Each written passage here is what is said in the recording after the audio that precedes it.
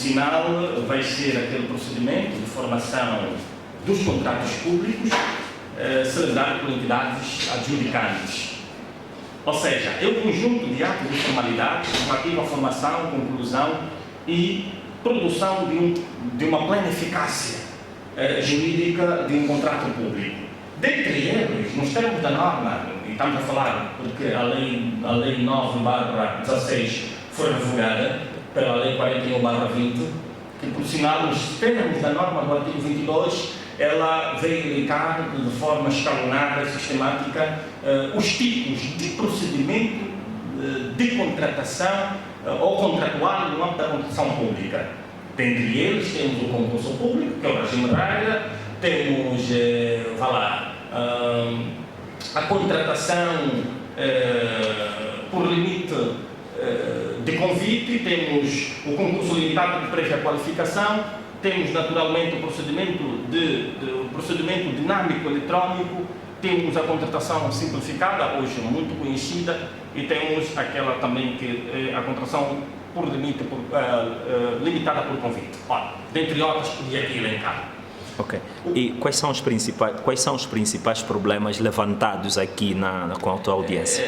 Os principais problemas, como pode aferir, têm a ver com a preocupação dos cidadãos relativamente à transparência da formação e execução desses processos. Porque se a regra é o concurso público e lança-se recorrentemente mal, por exemplo, a contratação simplificada, os cidadãos querem saber, porque para além da contratação simplificada, temos a contratação emergencial. Portanto, quando é que, do ponto de vista legal, a lei oferece esta faculdade, esta prerrogativa, à entidade pública contratante para lançar mão a um desses do tipo de procedimento contratual? Porque não se pode lançar aquele prazer. É preciso, e aqui vai lhe anular ao dever de fundamentar, de justificar, porque que por A mais B preteriu-se concurso público para lançar mão, por exemplo, ao procedimento contratual no âmbito da contratação simplificada. Se nós olharmos aqui para a norma do artigo 31, nós vamos ver claramente que a lei é explícita e é clara ao dispor quando é que, em concreto, pode-se lançar mão, por exemplo, a contratação emergencial, por razões, quer por razões de catástrofes, por razões de calamidades, por razões de ravinas, por razões de ataque cibernético, desabamentos, inundações, surtos endêmicos, epidêmicos e pandêmicos, razões de tempestade, deslizamentos de terras. Aqui vamos lançar mão à contratação emergencial. A simplificada também, nos termos do 141 do presente diploma legal, elenca quais são os requisitos para o efeito. Há alguma situação eminentemente de caráter emergencial que impõe à entidade pública contratada a necessidade de lançar mão a ela, deve justificar, porque pode ferir a transparência concorrencial, pode ferir o princípio da não prossecução do interesse público, pode ferir o princípio da legalidade, pode ferir o princípio da probidade, pode ferir o princípio, por exemplo, da imparcialidade, da justeza do ato que está a praticar, pode ferir o princípio da lisura, porque é preciso que, no concreto, se faça fé e se faça prova suficientemente bastante que se preteriu um tipo de procedimento contratual em detrimento do outro, porque este, para o caso em concreto, tendo em conta o contexto e a situação que, do ponto de vista legal, é objetivamente justificável, não se pudesse lançar mão àquele se não é este. Quando um servidor público viola os princípios da contratação pública, onde os cidadãos devem seguir? Os atos das entidades públicas contratantes podem ser impugnáveis. Portanto, à luz, por exemplo, nós temos uma lei da ação popular. Qualquer ato que não se conforma com o princípio da legalidade e que não esteja nos termos do direito e da justiça, é passível de ser impugnável junto dos órgãos judiciários ou dos órgãos até administrativos, tendo em conta o esgotamento das garantias graciosas que são os recursos administrativos até o limite máximo. Portanto, concretamente estamos a falar de que órgãos? Não, repara, que se tratar, por exemplo, de um órgão da administração local, então tu recorres para um órgão da administração central para revogar, alterar, modificar, extinguir aquele ato administrativo praticado pelo seu agente em desfavor dos princípios estruturais que devem nortear o exercício da sua função ou da legalidade do ato normativo. Portanto, são passíveis de serem impugnados judicialmente ou administrativamente todo ato que se demonstrar incongruente com a norma legal. Doutor, tem um ato a citar como exemplo em Angola?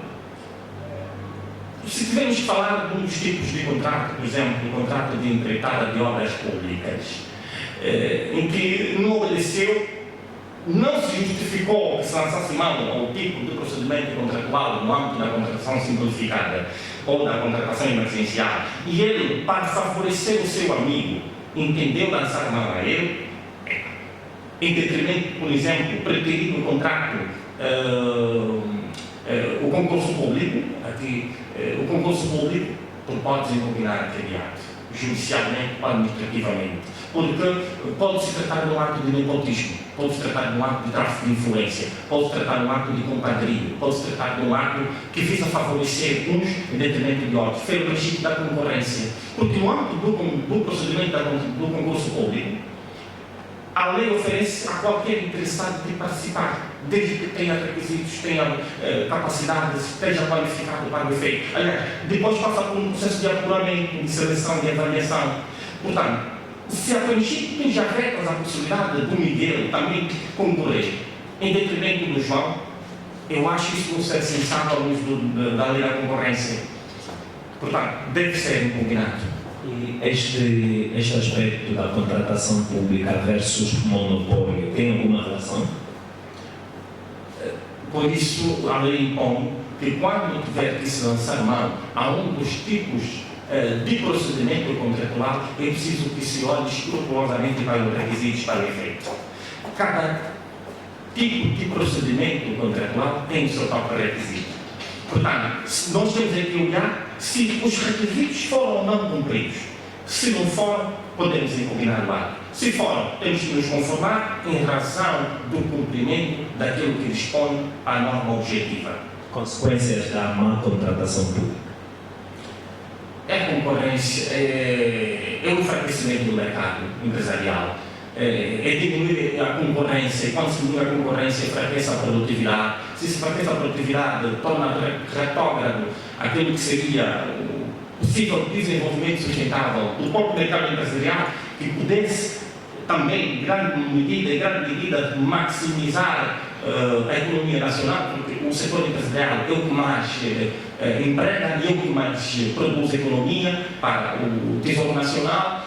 Pode enfraquecer porque as pessoas podem se desmotivar, desmoralizadas e desistir, inclusive, de investir no país. Estamos numa fase em que, por exemplo, o titular do Poder Executivo, reiteradas vezes, está a solicitar, está a dar uma política de captação de novos investidores empresariais, inclusive da rede internacional. Se o mercado, do ponto de vista legal, estiver fechado e do ponto de vista factual do procedimento do ato da entidade pública contratante estiver aquém daquilo que deve ser observado nos marcos da legalidade, qualquer empresário não vai se rever com a necessidade de investir, alocar as suas verbas, a sua economia num país que não permite desenvolver a sua própria economia, porque ninguém investe para perder. O fim último do investimento é a obtenção de lucros, é a obtenção dos ganhos, não são de perdas.